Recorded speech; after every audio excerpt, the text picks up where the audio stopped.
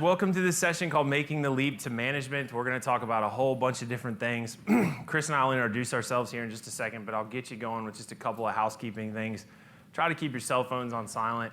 I know you guys are going to tweet and take notes and do all kinds of stuff. That's fantastic. We encourage you to do it as much as you want. Just try to avoid it from bothering the person next to you. How many of you have ever been to a SQL Saturday? Oh, awesome, sweet. Awesome. How many of you have ever watched any of PASS's online content, the marathons, virtual groups, things like that? Fantastic. PASS has so many things outside of Summit to help keep your journey moving forward all the time. And one of the best things you get out of this week, I think, is the opportunity to network and meet speakers and meet other people. But you get to do that at all of these other things as well, right? PASS's, I think, primary benefit to so many people is the connection and the community that it creates. And so we're going to help y'all do that a little bit in here as we get going. But one thing I would really encourage you to do is if you haven't been to a SQL Saturday, if you don't know if you have a user group or if you haven't been to your user group in a while, get plugged in because it really, really is going to help you. Having 5 or 6 other people locally you can reach out to, grab coffee with or have lunch with or talk about just, how terrible, frustrating it is when the business asks you to do certain things.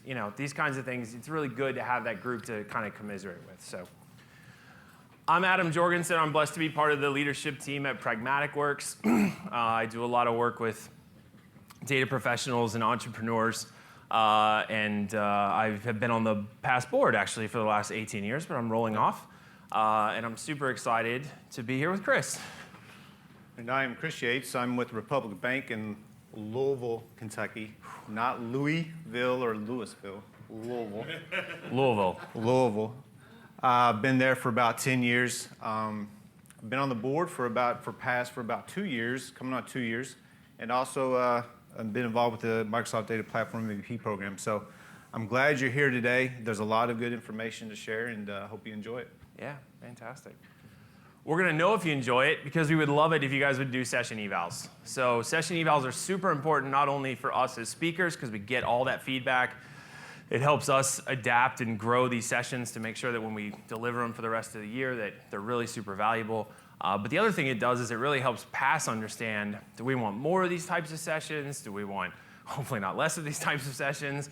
Did they... they know how many of you were here, right? How many of you put it on your schedule, so they know how popular it is. But let's figure out, how we can continue to get better. Tell us what works, and if there's anything that doesn't, let us know about that too. We'd really like to hear it. You can do those evals right on your guidebook app. So, agenda. What are we going to talk about today, right?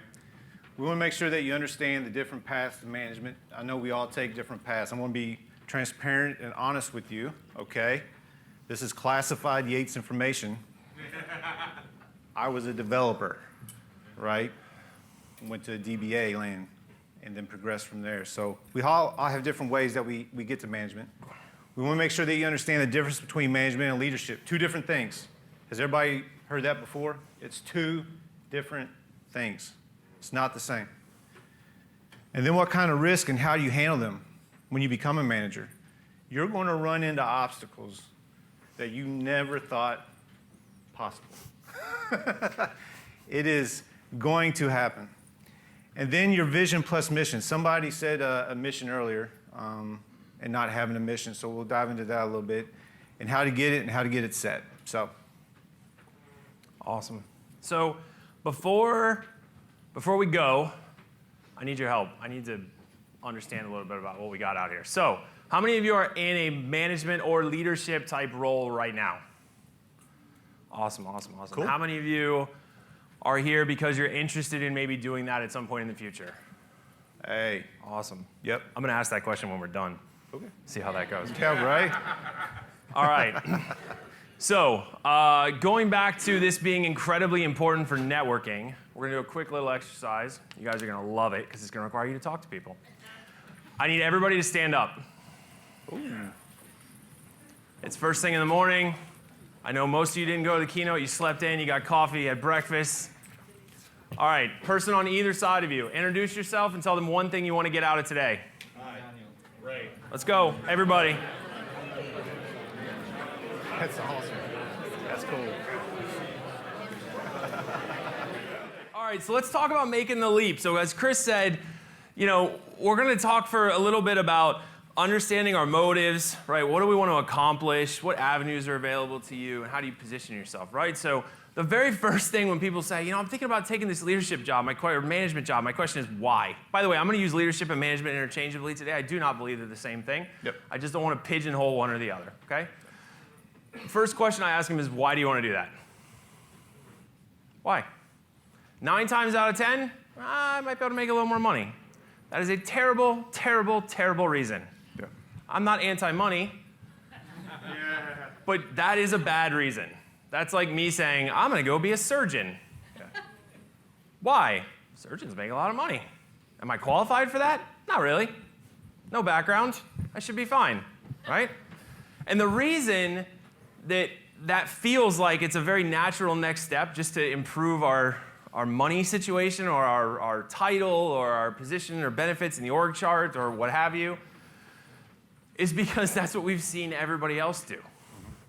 One of the things I'll talk about in my presentation later this afternoon is why we're conditioned for so many poor leaders, why this happens, right?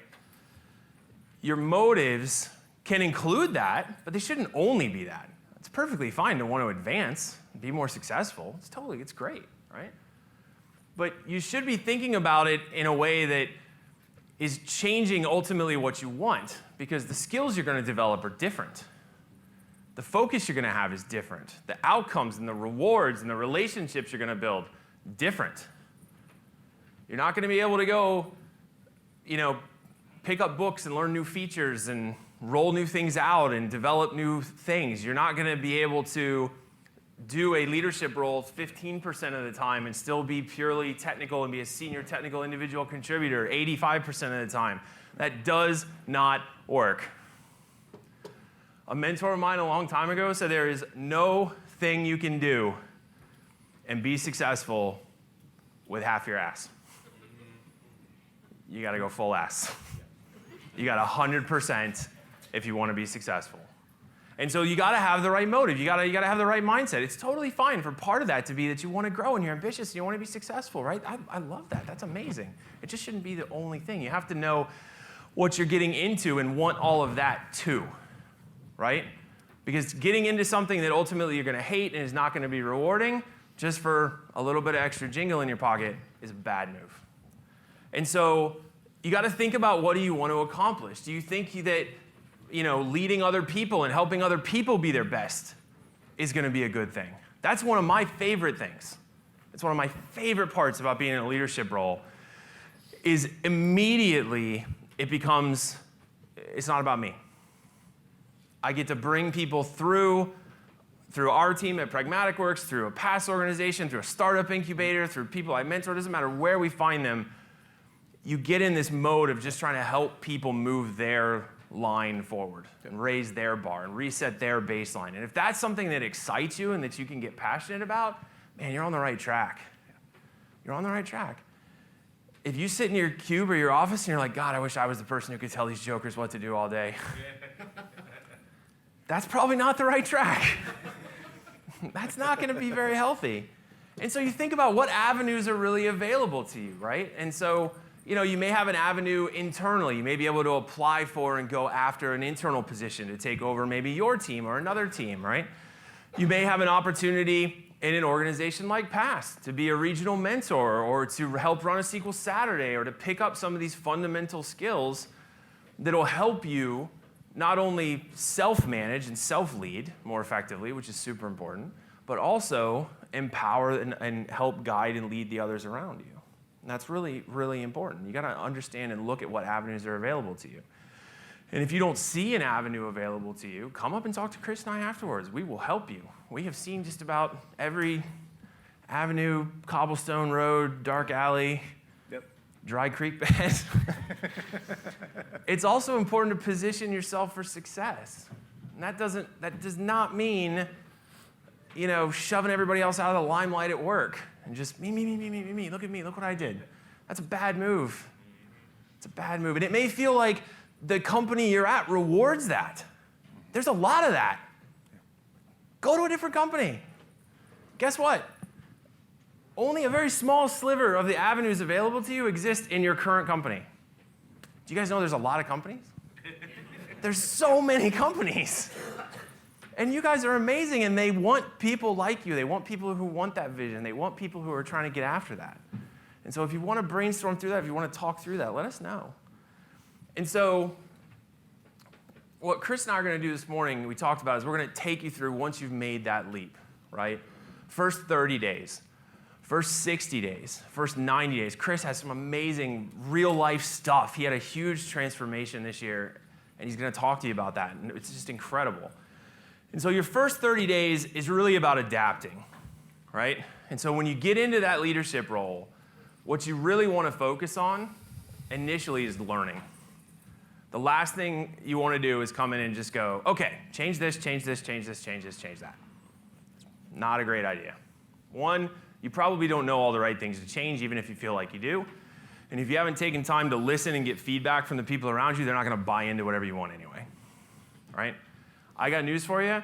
I can achieve nothing at my job without my team. Nothing. So my number one priority every day, truly, is unblocking and accelerating them. That's it. Everything else is secondary.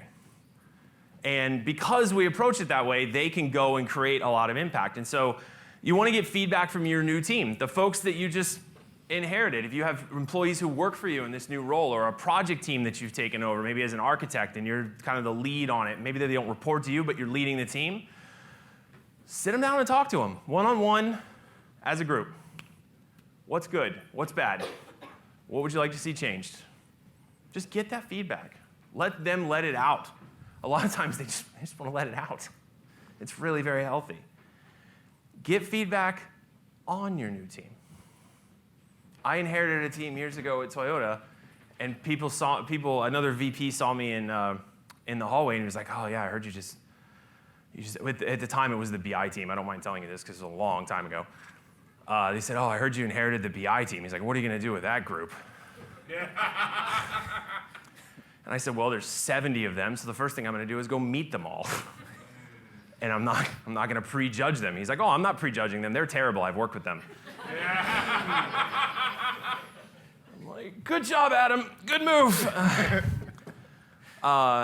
Turns out most of them were pretty good. They actually just had a bad leader. They didn't have good direction, and most of them are doing amazing. You want to assess that team.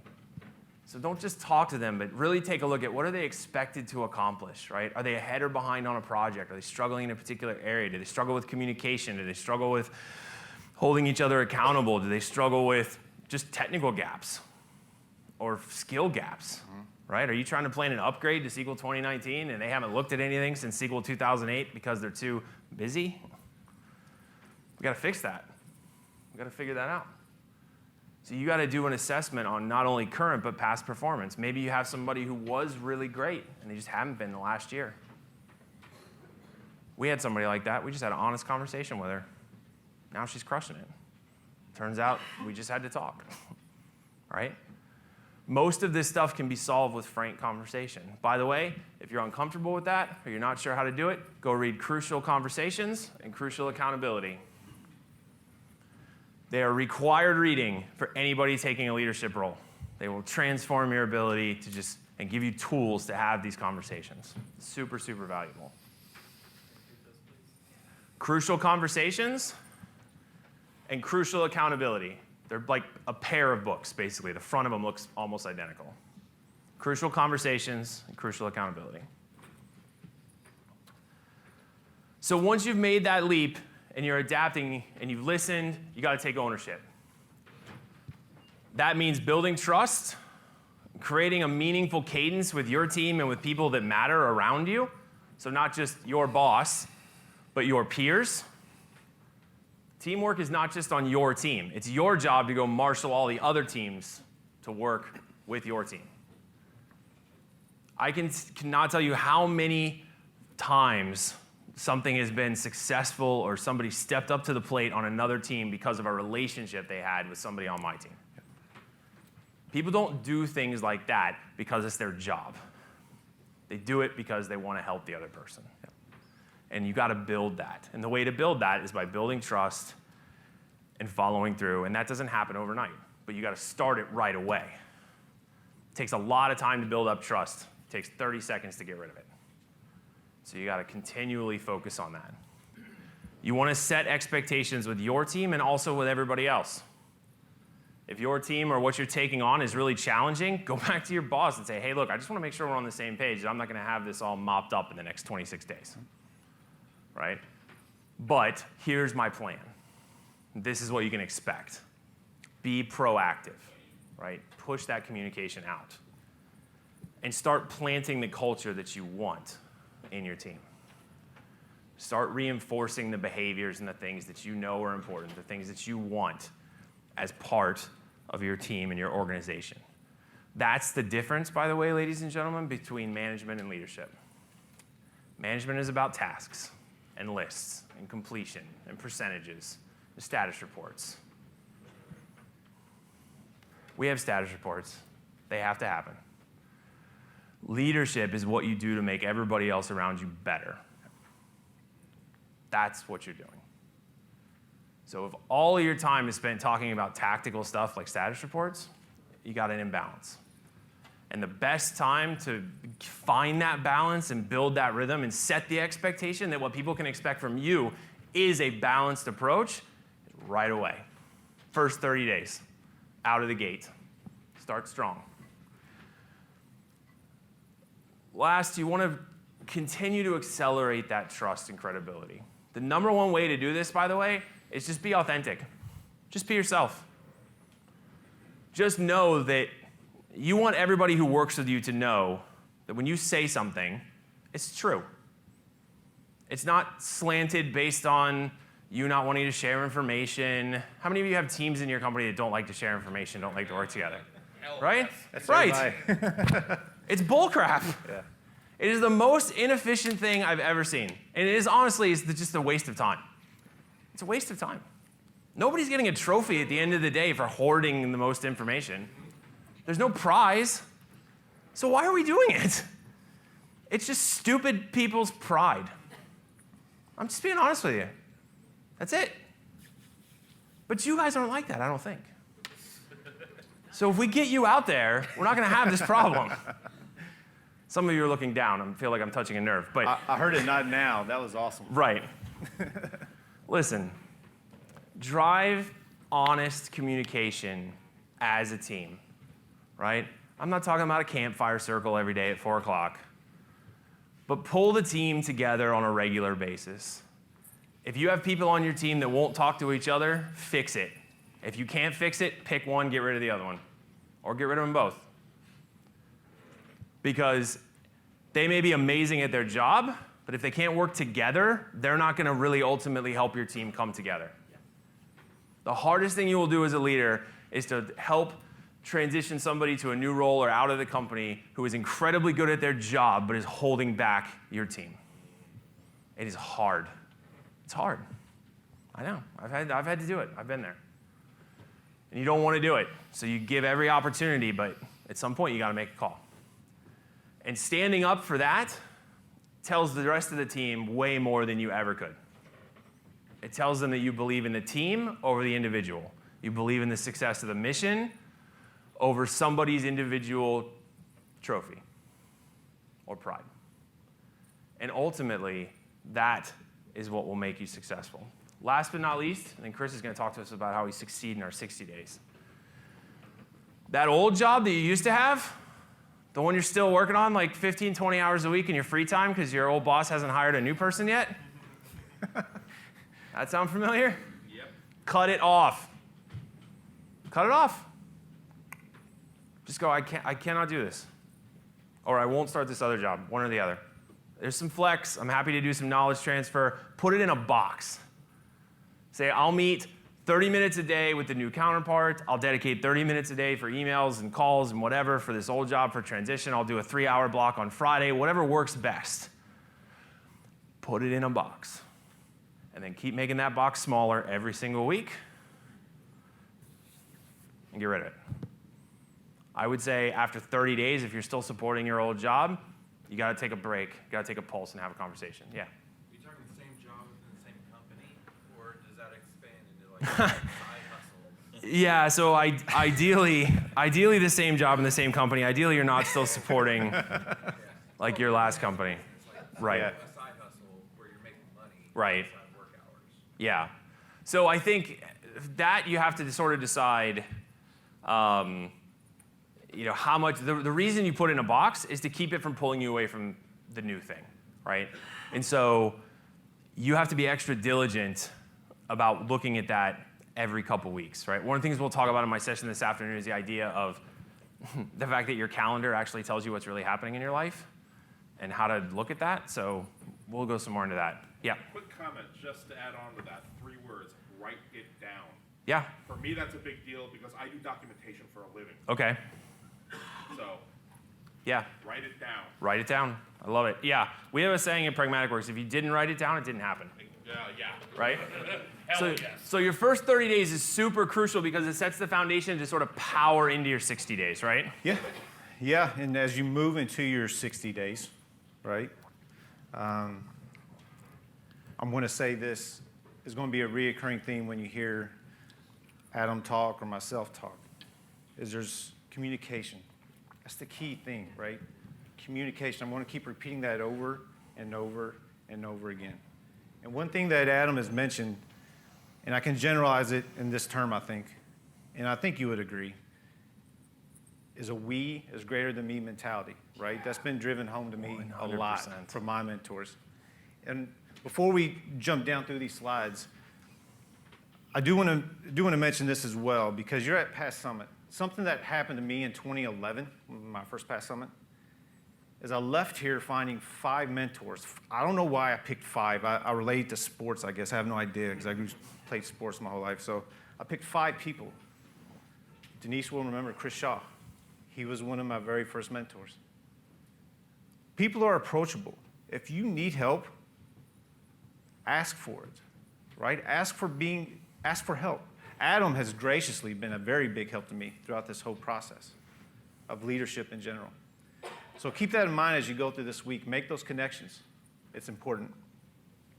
As you're moving into your 60 days, you want to first start off with your end of month review, right? And you're going to hear me talk about that a lot as well. You always want to continually reassess yourself where you're at as a manager and as a leader, as well as your team. It's very important to gauge the progress of not just your colleagues, your people that report to you, but also yourself. So let me ask this question in here. I know there's some people that are aspiring to be leaders and managers. To the managers that are already in here, how many have more than 5 people that report to you? 10? 15? Okay.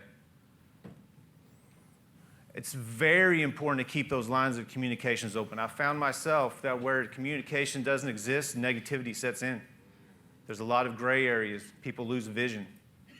It's very important to keep those lines open. Gather the feedback from your team. Gauge where you're at. See how you're doing. You want to meet with your boss and to discuss your observations. As Adam's already gone through, you're building up to this point. You need to have the conversation with your boss. Might not come to you. Have the conversation with your boss. Find them. Set up a meeting with them. If I look at Adam, Adam's the president of Pragmatic Works. If I look at my boss, he's the CIO of Republic Bank. They're in meetings constantly, on the telephone constantly. Don't wait for them to come to you. You go to them. And I'm going to stop right here for a minute and say this too. I'll be very transparent with you. It's okay to fail, okay? I want to say that. I have failed many times throughout my career.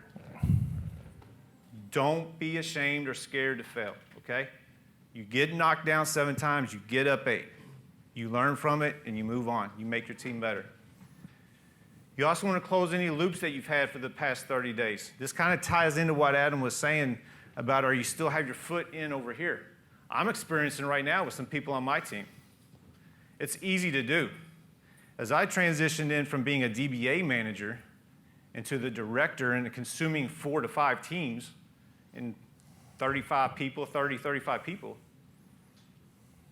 it's easy to get stuck and still do the duties that you had over here, right? So you have to close the loops. You got to. And it's okay to let go. I want to make sure you hear that too. It was very hard for me in general to let go of some things. But once I did, productivity shot through the roof. Isn't it funny how that happens? You let go and let your team work. Don't micromanage. Things get done.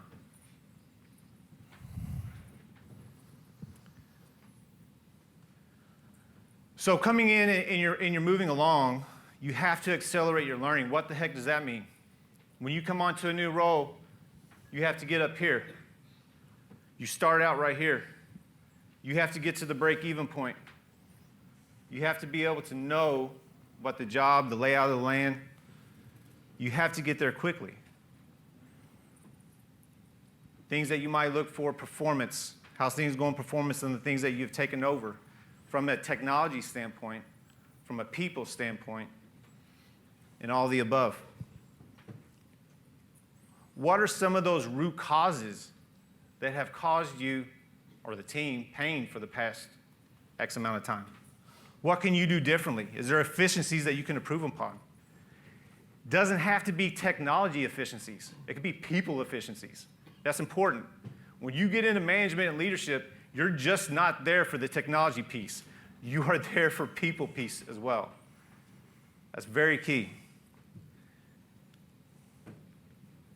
You got to ensure that you align with strategies from the company. If you don't have a strategy or a vision, if you don't know it, you need to find it. If you've been there that long or long enough, or if you transition to a management role somewhere else, and they don't know the vision or strategy, that's a problem.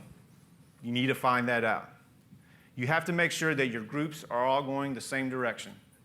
I've been in situations before, and you can attest to this probably as well.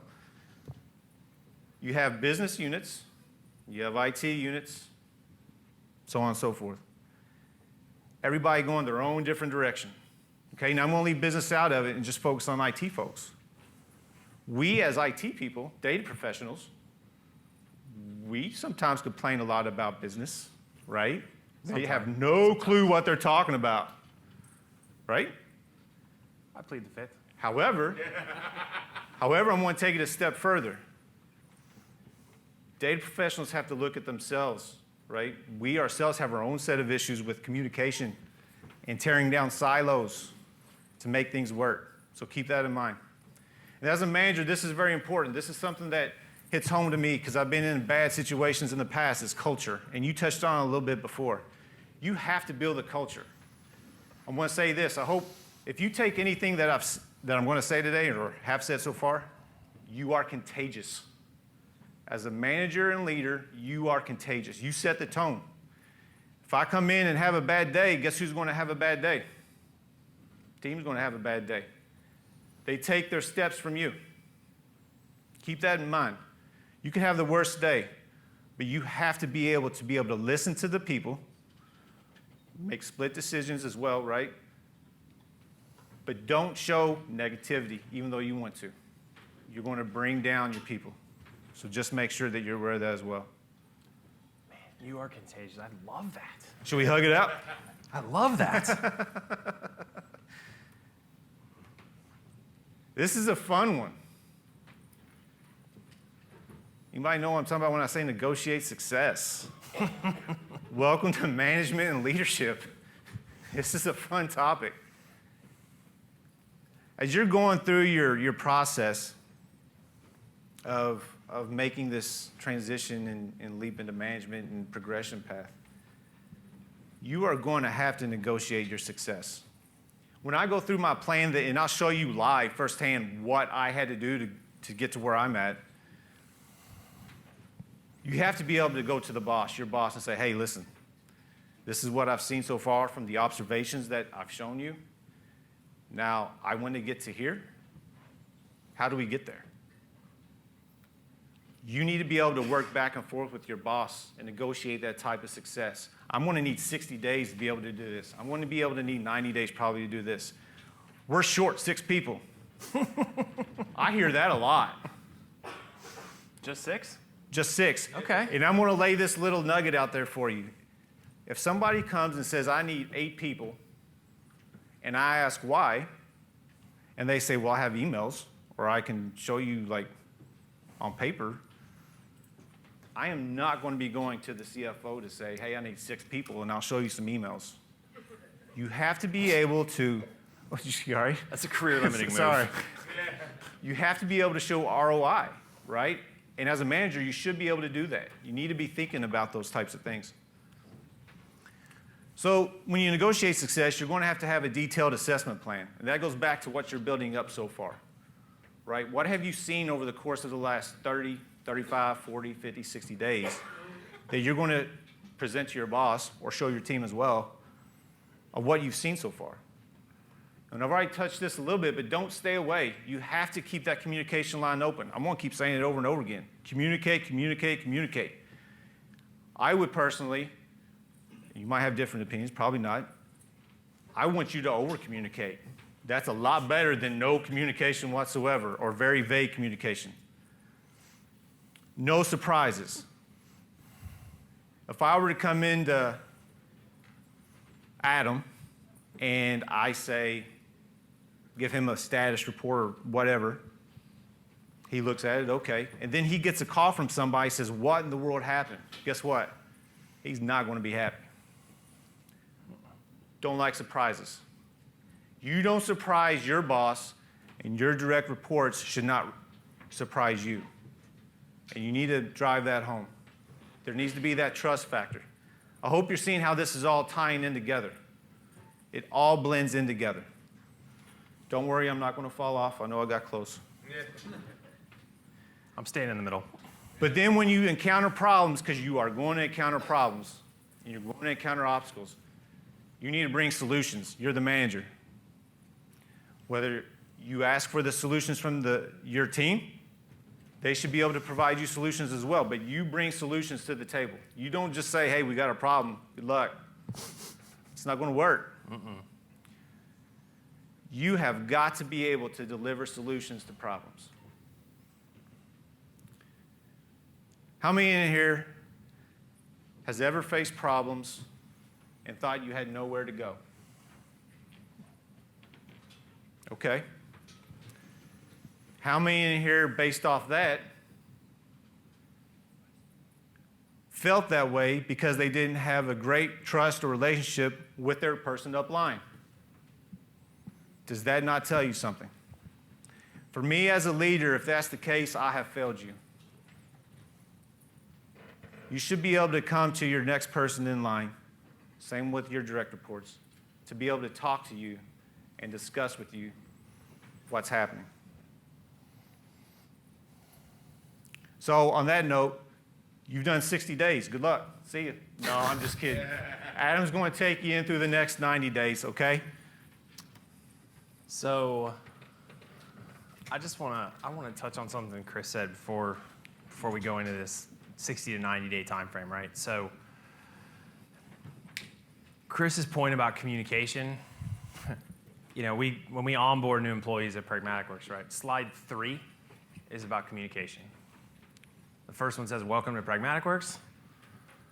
The second one has an agenda for the onboarding.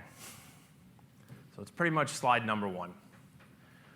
I can take every single escalation or problem that we have ever had as a company, with a project, with a customer, internally, externally, marketing, sales, and I can trace it back to a very clear communication breakdown.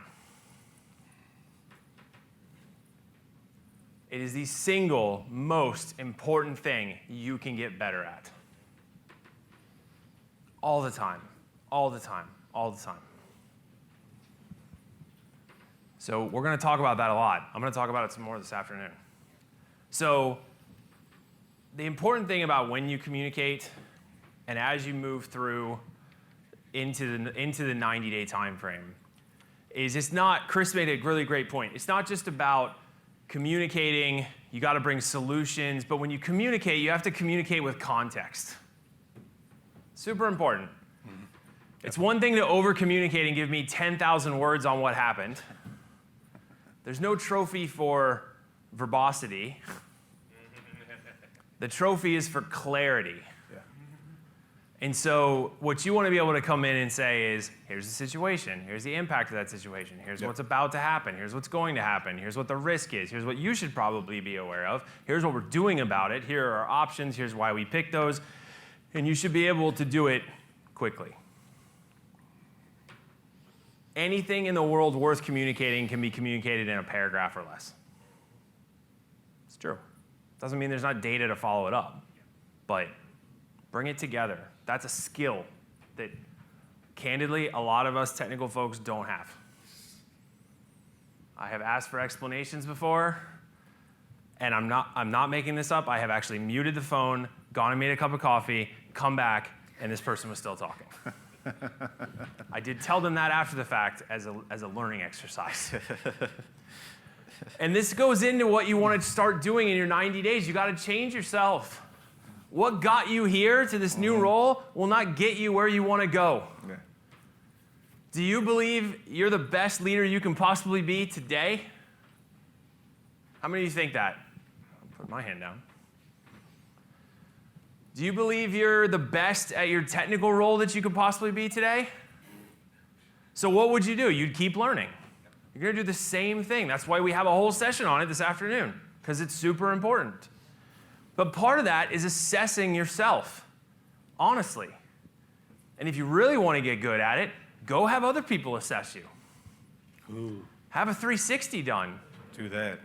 That'll make your life fun. Yeah. By the way, that's how you're going to know your team trusts you. Yeah.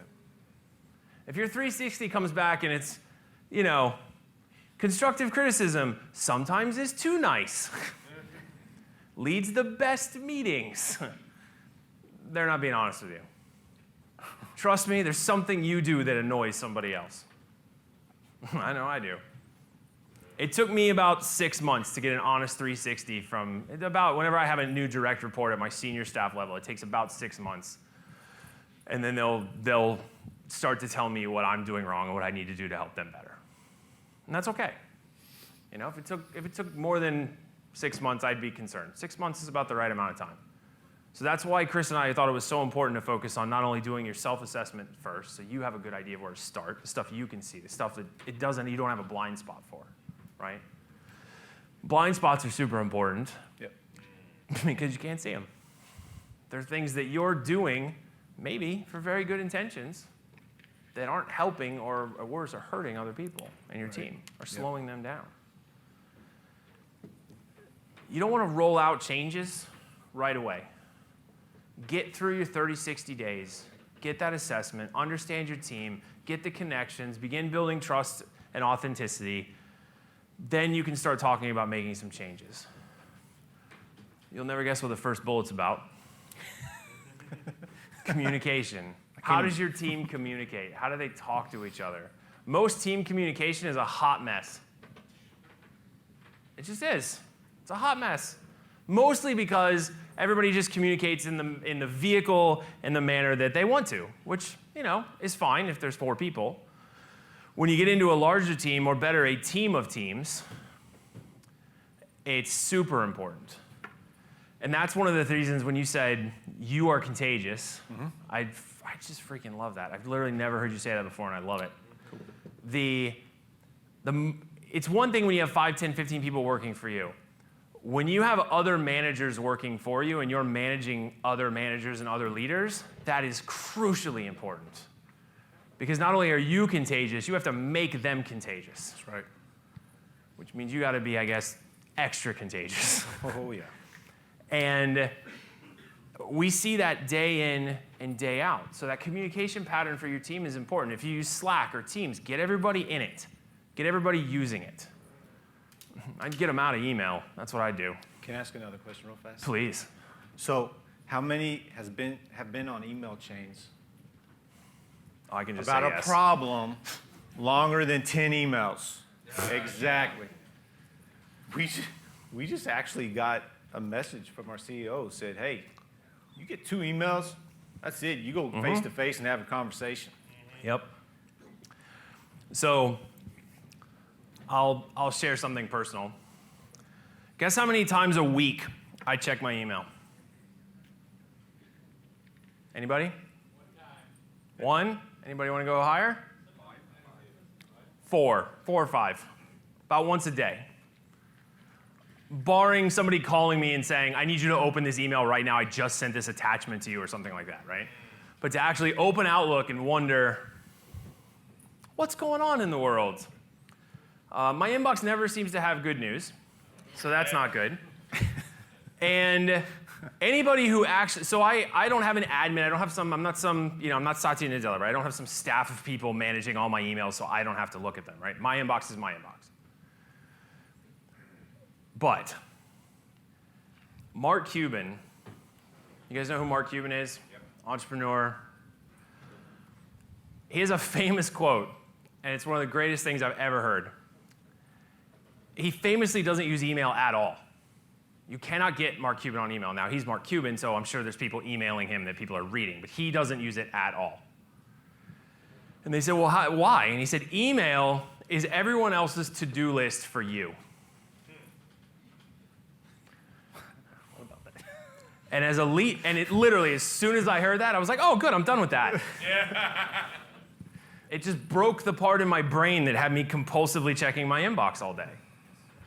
And I can tell you there's a dopamine hit to that inbox. So breaking it will be a challenge, but you should look at that. As a leader, you can't live in your inbox. By the way, you've also never solved a problem over email. How many of those email threads were ultimately solved with a reply? Never. The reply might have been somebody high enough in the org chart going, could you guys just freaking get together and figure this out? That's the reply that solved it, because it created action. It created what Chris said, face-to-face, on the phone, whatever it has to be. A big part of your job as you come into that 90 days is figuring out how to get your team to cut through the crap and get things done. You want your team to be the team that gets things done. That's it. Because that team will grow. That team will create more leaders inside or outside the organization. Teams that produce, teams that get things done, they build a rhythm. They understand their priorities, and they know how to move forward. And being able to do that is incredibly important. It's really arguably the most important thing. You want to build credibility not only with your team, but some people in that organization just decided to put you in a leadership role and put you in charge of something that's really important. You better show some credibility up, too. So pick something. Once you get the team in a good place in that 90 days, go pick a problem and just fix it. Give a result. Show a result. Transform something for the business. By the way, do not pick the biggest, hardest problem that nobody's ever solved at the company in 20 years. Don't pick that one. No. Start with something that's challenging, but something you know you can do. Yeah. Okay? And so you have a great story about how this has all evolved for you. Yeah, this is kind of crazy how this all fell together, because 9 months ago is when I consumed this role of a director of data and architecture. And up to that point, I had managed a team of DBAs, a very talented group of people. I also inherited 2 ETL teams, business intelligence team. I was down a manager, and it was an interesting first 90 days, to say the least. This was kind of like my plan going into it, so I'm going to kind of step you through what I did so you can see it in real life action. Some of it worked really well. Some of it I had to tweak, and some of it I had to throw out. But I want to show you what this actually looks like. So the very first week, I was doing one-on-ones. As Adam said, you have to know your team. I did something that I once picked up from a mentor of mine. I was able to take people out one-on-one, right? Whether we get coffee, we get away from the office a little bit. I'm downtown, so we were able to walk to just some different places. People tend to open up to you when they're not in the conference room. Mm-hmm. And you can find out some very interesting things, right, about where the state of things are. And I had to do that throughout about a couple weeks to meet with everybody. But it was very fruitful. I mean, just getting the information and building that trust, because we keep talking about trust, that's the start, that's the foundation, right? That's what you're building upon. when you first inherit a group or take over a group, the very first thing is, oh my gosh, what are they going to do, right? What's going to happen? You're going to have to calm fears. You're going to have to go through that process. A key piece for me was documenting those meetings, because you're a different level, but when you meet with like 30 people, you're not going to remember everything, right? So each time you meet with somebody one-on-one, it's okay to document it, because you can use that to go back. It's going to be your own personal library. I had to group the people together, right? So I had to look at and assess where the teams were at, take them in groups, and start the one-on-ones, because if you have more than, somebody said over here they had 10 people, so group them together.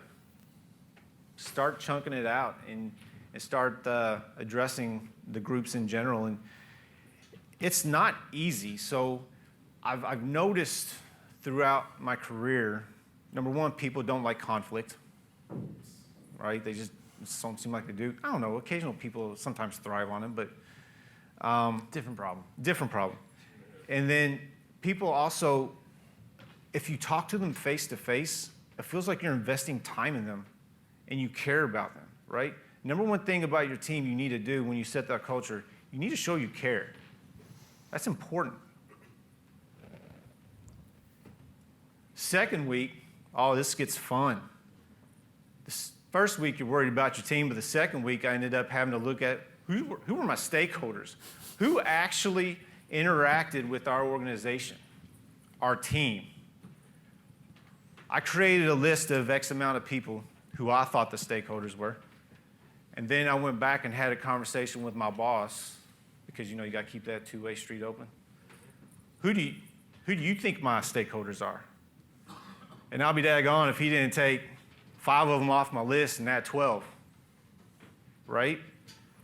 But that's helping you learn and helping you grow. And guess what?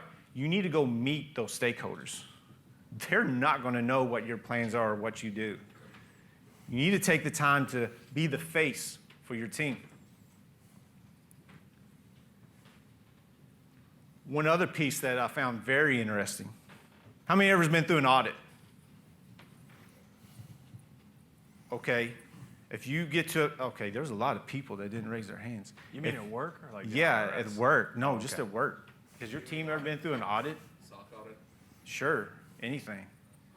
If you have not been through an audit, if you know the team has not been through an audit, I suggest you get that done, just because that points out a lot of things.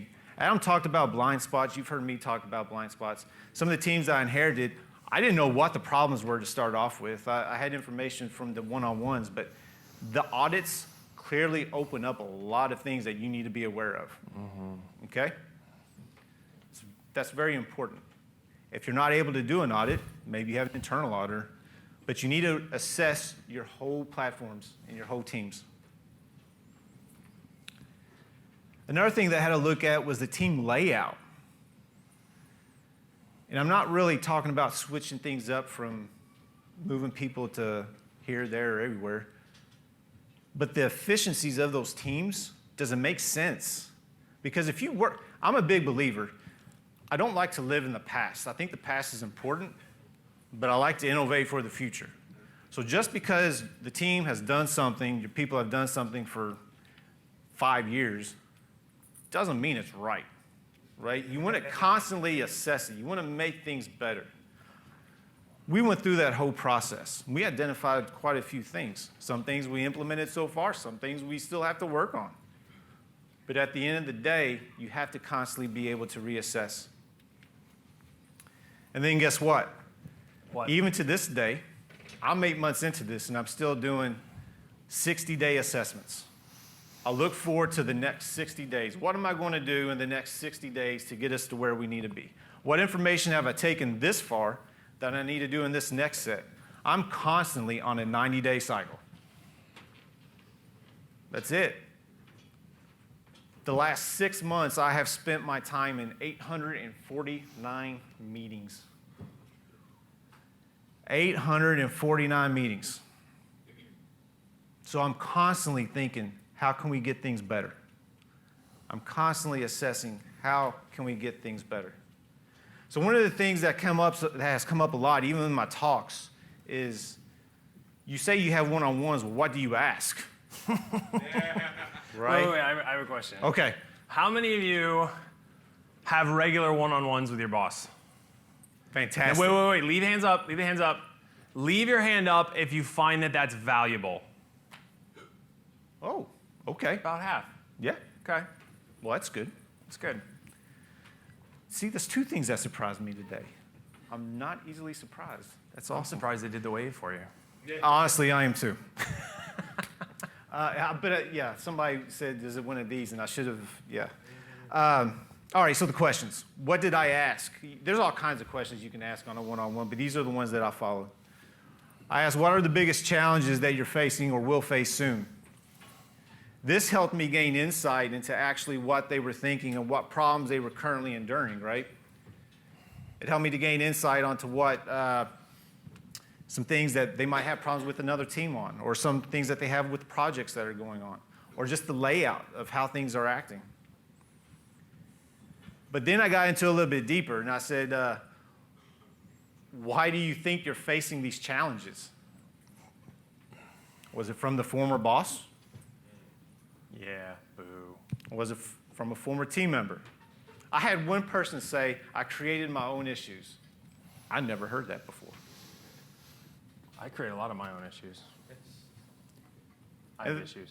Then the next one I said, where do you see your growth? Where do you see your growth? And I want to stop here for a minute because I want to talk for this about a second. How many in here have ever had a career development plan laid out for you? A career development plan.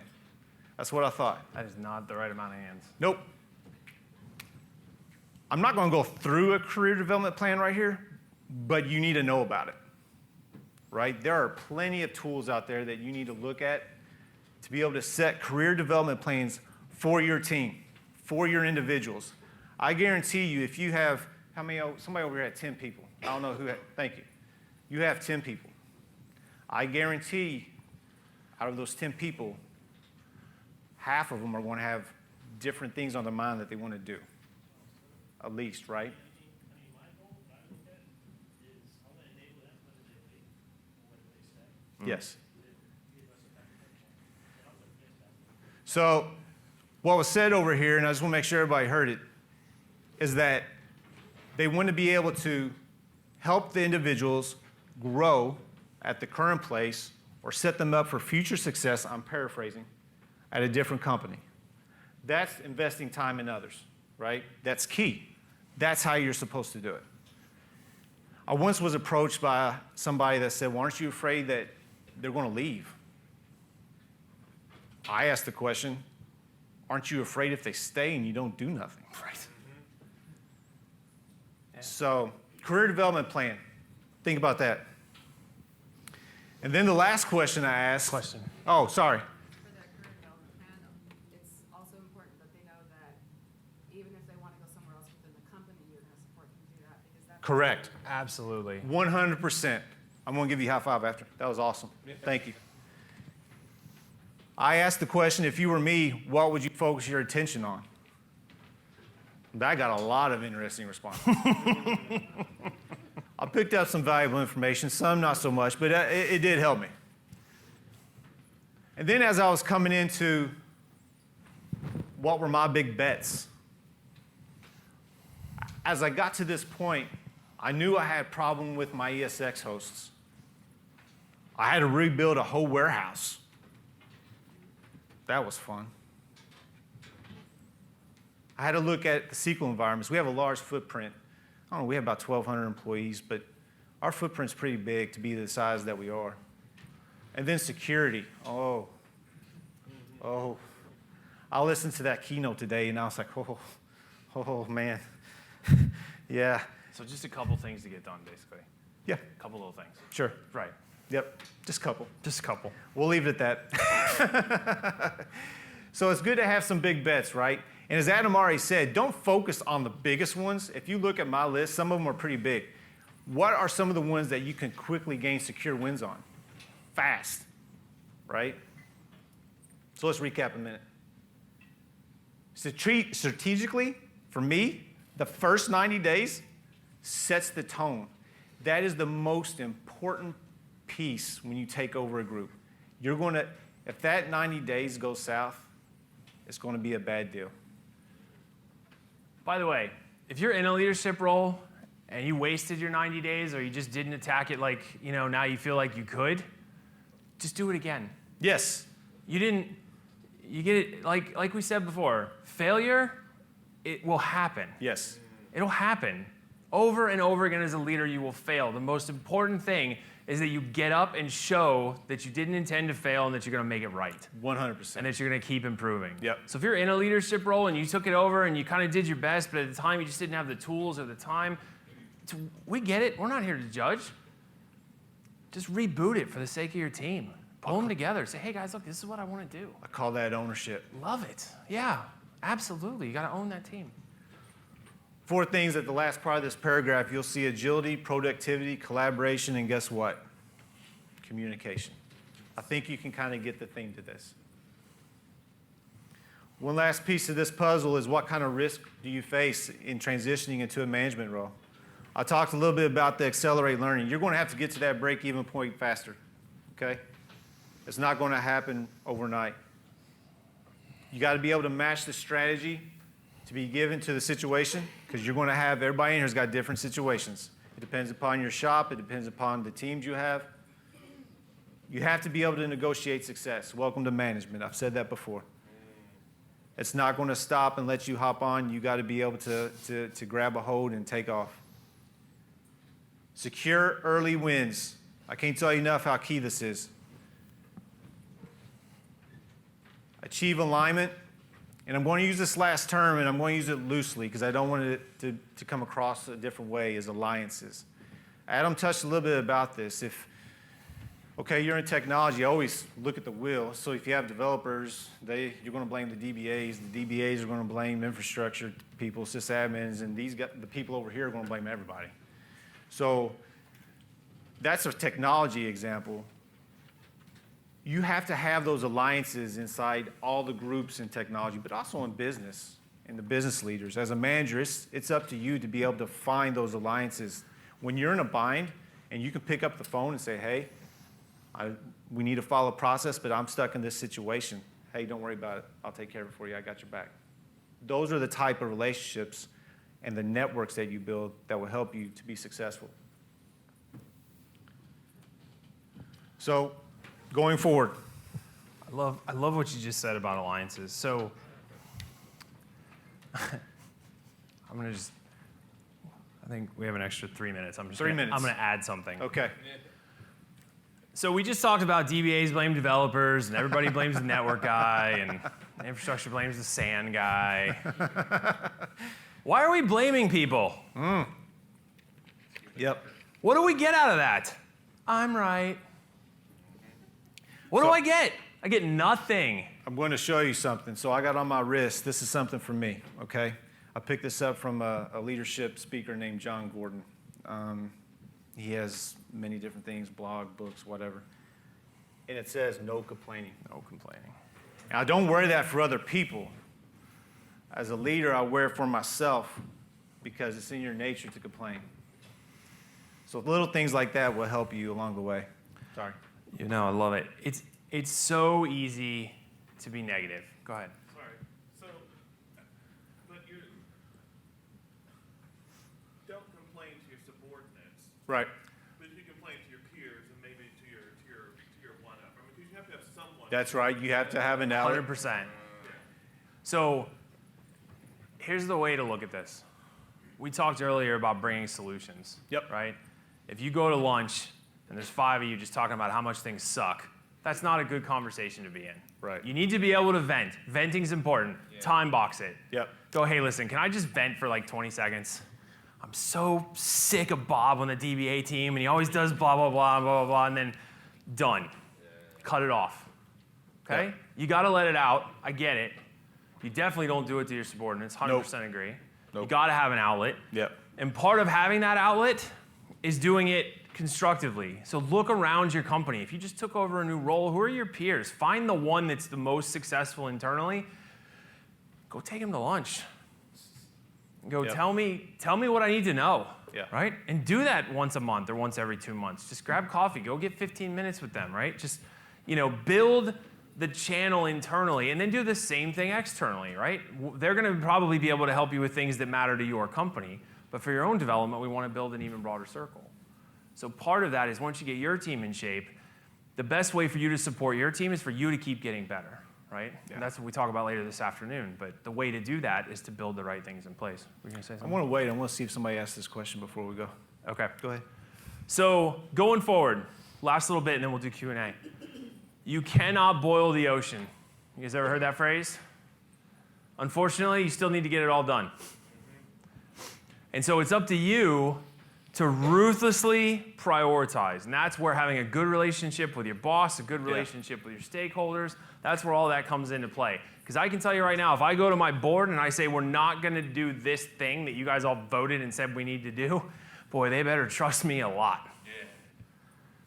They better. And frankly, I better trust them. Because we need to be able to have an honest conversation about what's possible.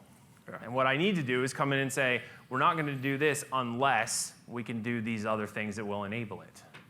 Or unless this other situation changes, right? We talked about building your peer network. We talked about finding personal and team blind spots. You want to constantly be on the lookout for those. Constantly, constantly, constantly. I take a look every month at everything I'm spending time on, and what I'm actually looking at is what am I not spending time on? Yeah. Right? If I do a particular month and I just spend a ton of time writing marketing content, there's a really good chance that I haven't spent nearly enough time with my team. Yeah. And so I'll overcorrect on that a little bit the next month.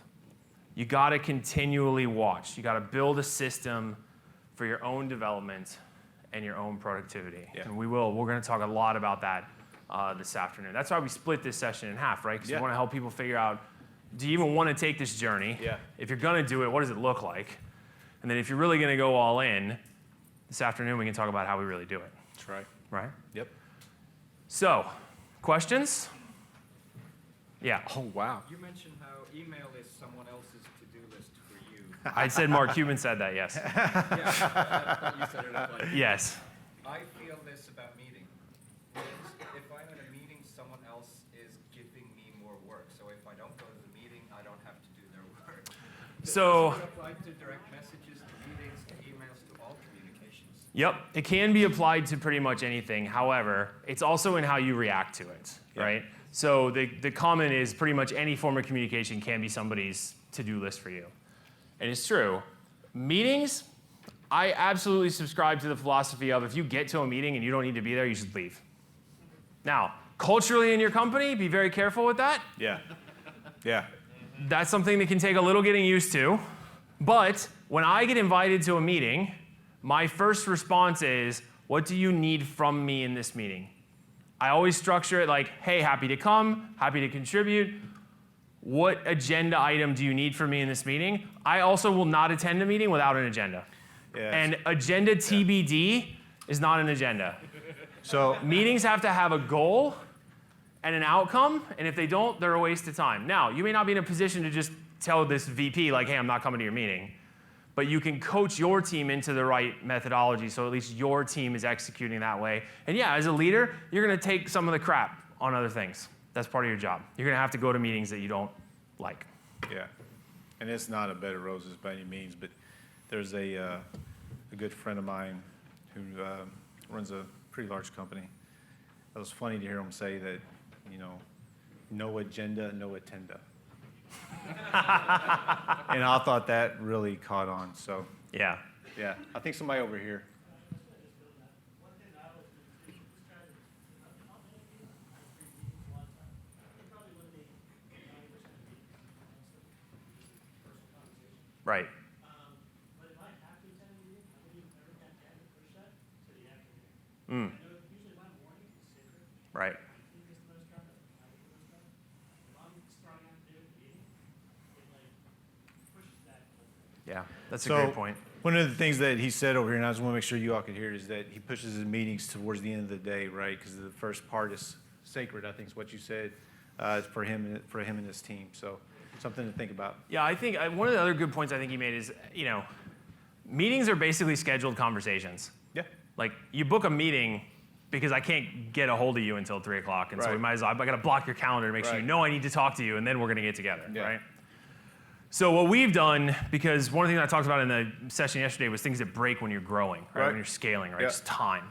And so what we do, for 10 years at Pragmatic Works, we have had a standing leadership team meeting every single morning at 8:30 in the morning for 30 minutes. That's good. It is the single most valuable thing we do all day. Yeah. It is basically a triage meeting. So the entire sales, marketing, delivery, pre-sales architects, me, everybody in the same meeting. I know you're already thinking this sounds like a nightmare. We have a very, very strict agenda, and everybody gets unblocked by 9 a.m. All the priorities are clear, everybody's stacked, everybody's ready to go, everybody's out the door. And so the whole team, the whole organization knows that we have that meeting. So the day before, they'll call my delivery director and be like, hey, I need you to take this to the morning meeting to get it unblocked. And they go, okay, great. So they load up the leadership team comes, we unblock as a team, we all go our separate ways. Use meetings for things that are incredibly productive. Meetings should be multipliers, right? Sometimes they won't be, but if you can drive for that as much as you can, if you're having the same types of meetings over and over again, collapse that down into some kind of cadence or rhythm. Also, every month, if you have recurring meetings, do I still need these? Every month. Every month I look at that. So just something to be aware of. And that goes back to that reassessment as well. Right. Who else? Wait, one over there. What do you do if, so we have meetings all the time Hmm? because we don't know what the hell the strategy is. That's why we have the constant meeting to just say, hey, what are we supposed to be doing? Because these are roadblocks and management has to make these decisions. And we can't because you're holding all the pieces, but you're not telling us what to do. So I think there's a few problems there to unstack. Just candidly. There's a lot in there. Right? I think one of the biggest ones is if you have to keep having meetings to understand the strategy, then the strategy is not a strategy. It's changing too much. If you have to keep having meetings to understand what you should be working on and focused on, then the layer of leadership above you is severely flawed. Yeah. Or they're just overwhelmed and they're not correcting for it. Yeah. Right? My recommendation would be go back and count how many hours of time that team has been in meetings and go take it back to that leadership team and say, hey, look, we need to have an honest conversation about this. Like, if we can't get this straight, this is a huge expense for the company that you guys are spending keeping us all in these meetings. And I want to piggyback on that because something else that I've learned throughout the years is that there's always a why, usually. Right. We might not know the why, but there may be one that we don't know about. So that's a key piece to go back to the leadership team is what I think, 100%. Yeah. A couple quick things. I'll try to keep this short. Number one's a comment. I'm a professional technical writer and communicator. I do this for a living. So I'm a believer of 90% of the world's problems solved through communication. So my number one comment is thank you for reinforcing that. Number two is a question. I mean, you mentioned departmental siloing. It exists everywhere. Yep. So with that, how do you deal with an organization, another work group, another department that will not cooperate with you? How do you deal with that? You want me to take it? Go for it. So first of all, tearing down silos is something that does not happen overnight, right? And I'm assuming that these build up over time, okay? Having the right conversations with the right people is always key. However, I've seen also where sometimes those silos aren't torn down until individuals actually leave companies. So it's something that you have to keep working at. Yeah. It's something that you have to keep talking to, right? And keep it at the forefront. Because once somebody sees that silo is down and the collaboration efforts take off and the work that gets done, it's going to speak for itself. You either have to tie the silo to a cost, Good call. or one time in my career, I just groomed somebody on my team to take over that silo. So back to his point, Right. being totally transparent, the person who ran the silo was terrible. I pushed him out and I put one of my people in. And it unblocked a lot of stuff. How much time we got? About 4 or 5 minutes. Over here, this person right there. Woo! I said 3 to 4 minutes. didn't Yeah, I? that, So guys, just so you know, Chris and I will be here.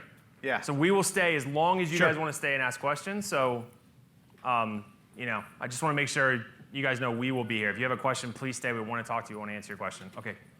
Remote teams? Yeah, so oddly enough, I used to have a team in India, which was interesting.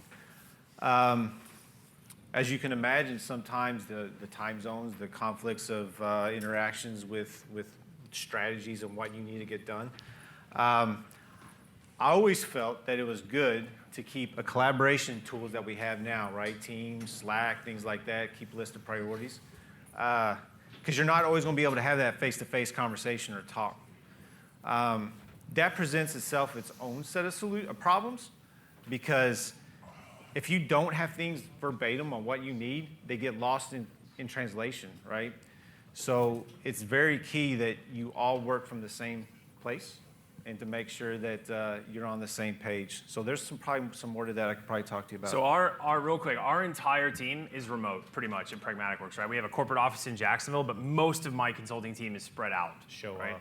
So what am I showing off for? So our biggest challenge is occasionally HR or some other department will decide to do a Jacksonville-focused thing. Yes, yes. And the rest of the team is, well, that's great. Like, we had a chili cook-off the other day, and they're like, well, how are we supposed to? And the email goes to everybody, and I'm like, come on. That's the key piece. I now have to go unwind that, Yeah. right? So do things, treat the team like they're one team. One team. One geography, one team, hold meetings. If you need to hold multiple meetings, hold office hours. You need to hold multiple office hours if you have to. Whatever you need to do, make them feel like one team. Don't do things that exclude part of the team for any reason. Yeah, that's huge. Yeah. The spots where we're at, we're in Florida, Minnesota, we're everywhere, right? And Show off. I've seen that a lot too. I actually get feedback saying that, hey, we feel left off and secluded. We don't feel like part of the team, so that's a big piece. Yep. Questions?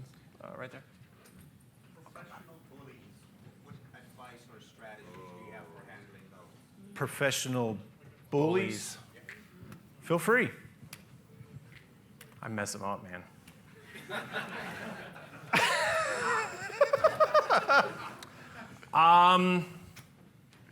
I have literally locked myself in a conference room with somebody else before and had a very frank conversation. That may or may not go over well at your company, so I would just candidly caution you about that type of thing.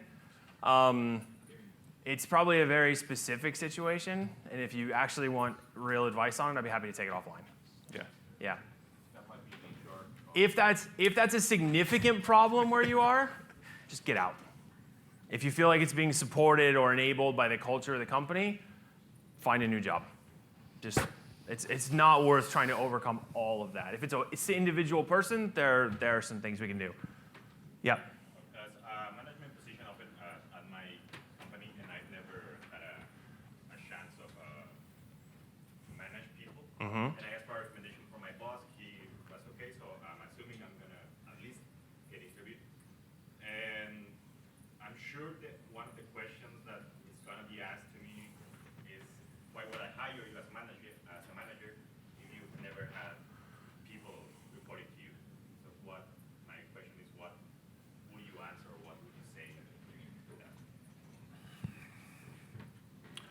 So I would go in there with ideas for how you think that team can continue to improve and create more impact. And I would be honest with them. I would say, look, I haven't been a manager before, but I do believe I can lead this team. And I would point to things that you've done that, if your manager supports it, clearly you've been able to be successful in other initiatives, other projects, things like that. Say, look, I'm going to take a step up and really dedicate myself to this new role. And I would focus on helping them see that what the team will be able to become with you, right? You don't want to focus on a list of qualifications. You want to focus on a vision for the team. If you can sell them on a vision for the team, it's not about you, it's about moving the company forward. And be honest. Right. What he said, be completely honest, because you can read through a lot of stuff and then that type of a process Right. that will turn people off. So. Yeah.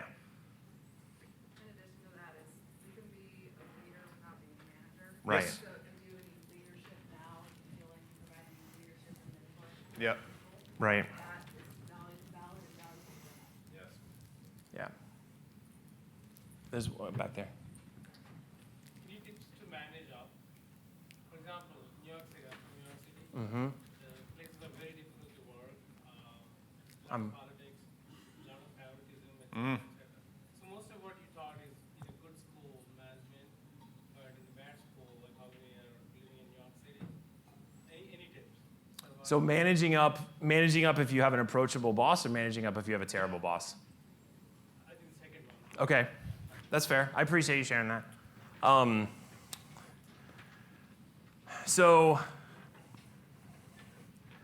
I'm a big advocate for making sure you're in a role where you can be successful. And so I think there's two avenues there. One, if you don't see an avenue where that individual's going to improve, I would consider thinking about a different role to try to get a different, maybe in the same company or maybe a different company depending upon what's there. Typically, it's important to understand what moves the needle for them, right? And that can even be, hey, they want to go to a meeting and show off what they got done. Great. If all you need to do is give him good stuff to talk about or her good stuff to talk about to go to a meeting and look like the smartest person in the room, that's pretty straightforward. If it's anything more complicated than that, unfortunately, I would think about making a change. Because you're just going to be putting all the effort you're going to put into trying to make this person be okay is all effort you could put into making yourself get to the next level and be amazing. And I don't want to see you spin your wheels. Yeah. One more? Who's next? You got one more? We can go until the next speaker shows up. I'll go Okay. as long as they stand here. Yeah, he's mind if I connect? Yep, Thank you very absolutely. much. Great. Who's next? Hold on, we'll come to you. Let's go right here. What if your team is a number of rotating temporary contractors? How do you build that? There's no solution. Well, that's an terrible. interesting model kidding. because I'm kidding. Yeah. I'm kidding. I mean, Not the whole team, but let's say there are some members of your team that are. well, I would hope that you would have some great documentation, Andy, because getting them ramped up is going to be difficult. I think that's a super cool opportunity, though. Like, what It is. percentage of the team? It's actually a third. Okay, so Well, that's 30% not of the bad. team kind of rotates in and out. That's What a not bad. great opportunity to have them come in and, hey, what do you guys know that we don't know? Perfect, Right? Do yeah. some knowledge sharing. Yeah. Right? What do we know that you don't know? Right? And just have a kind of a quick little 1 week program when they rotate in that kind of onboards them into the team, but also, Yeah. not only from the process side, but just from the people side, right? Once you do that, most of it is just about, again, connecting people to people and getting that relationship built. You do that quick, and they're gonna take off. Don't when they come in, don't leave them just sitting there. Yeah. See that face. Make sure that you go and talk to them because chances are they're not going to come talk to you. This one over here. Yeah, so I have a friend who's always saying the best bosses he's ever had have had 10 years doing the actual work and then make the leap to management. I was just curious what your thoughts are, if that's a requirement or...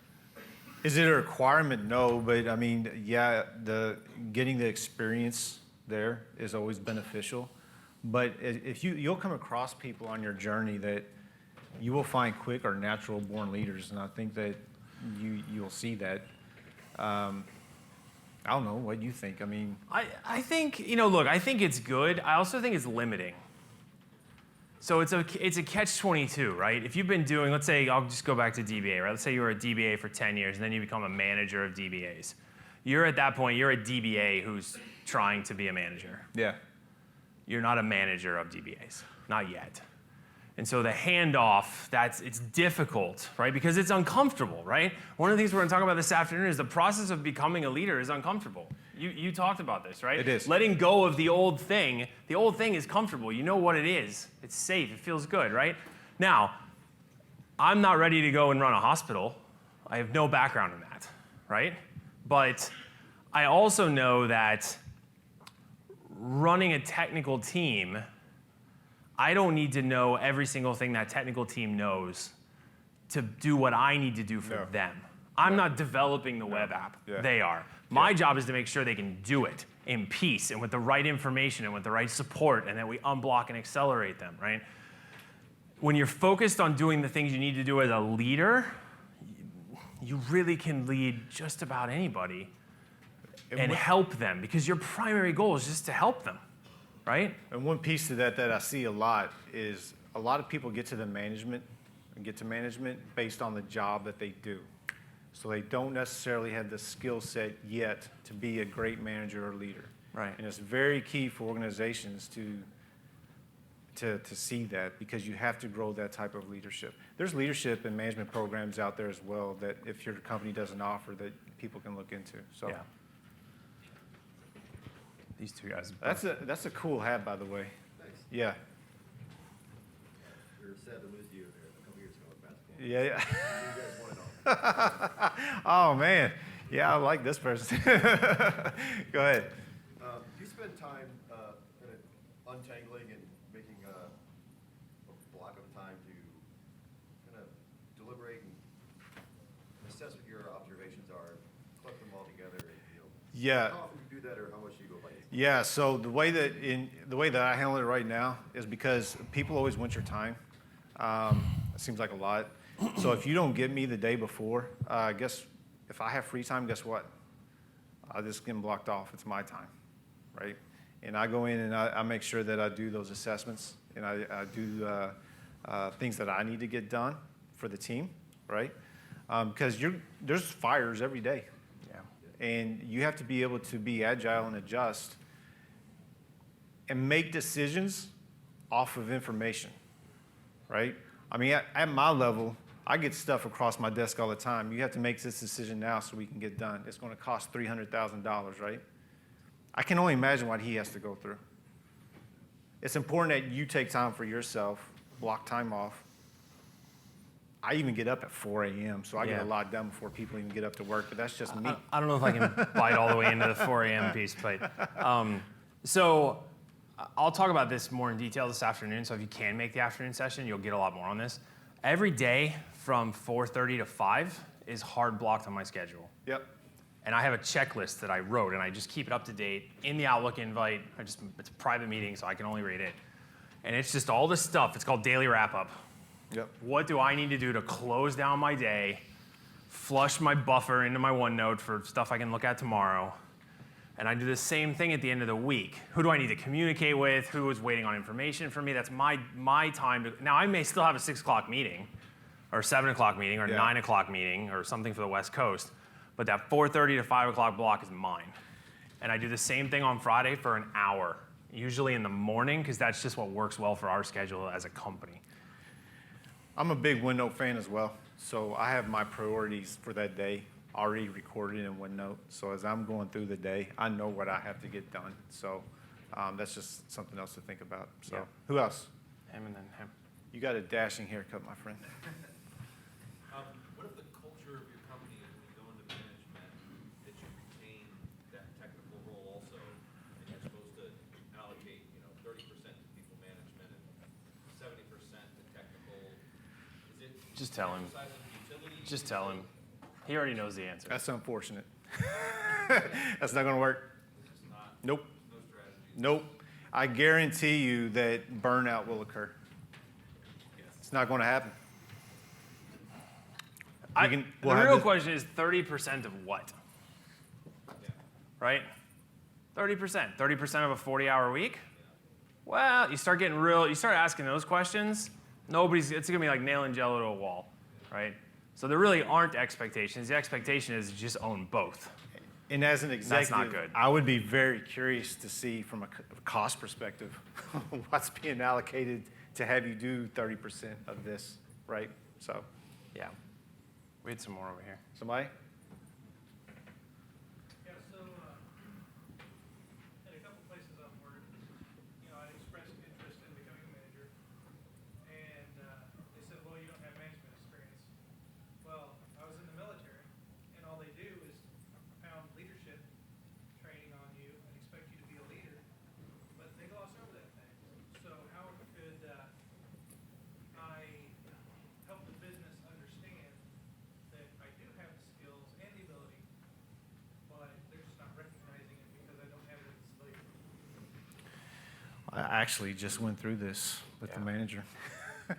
Yeah, so one of my managers has been in the military for years, and the amount of leadership training that he showed me was phenomenal, right? I myself, and personally, in dealing with that, I had to be an advocate for said individual with my HR group, right? Just because that's not there. They didn't understand. With that point taken, there are many times from an HR perspective that you'll see companies have strategic plans around military type things, and how do they translate to business? That's the key selling point is, okay, you're military. Military and business are two separate things, right? To be able to paint that picture of what leadership training has been had is very key. And like I said before, that didn't happen overnight either. We're talking about months to talk about stuff like that. So The other thing you can do too is get an opportunity to lead something that's not a team. Yeah. See if they'll let you lead a project Yeah. or an initiative, right? Yeah. Just so you can show the correlation between all this great expertise that you have. Yeah. The other option is, as Chris sort of mentioned, there are companies out there who almost prioritize veterans in leadership roles because they know about those things, Yeah. right? And so those are interesting opportunities to explore too. yeah. You're I comment because I've had to do the same thing with selling military experience. And you both mentioned ROI. Yeah. And that was something that I was able to translate. Whatever your unit was in your leadership created an ROI. Dollars translate really well. Yeah. Yeah, so for over here, ROI translating to dollars from the military perspective. So, yeah. As far as like, I mean, what I found as far as if you don't get a lack of management experience, that's a barrier to you. One thing I always do, like when I sit down with my employees, my reports, and I work when I procure GPS, is if I know they want to move into a management position, first I always have that time. What is your goal? And it's really important. And if there's an internship opportunity where I can assign an intern to that, or if I can find volunteer members throughout the company, those are management experiences. Those are great points. That's great a points. huge thing. Volunteer, yeah. Volunteers or internal internship, being able to manage interns.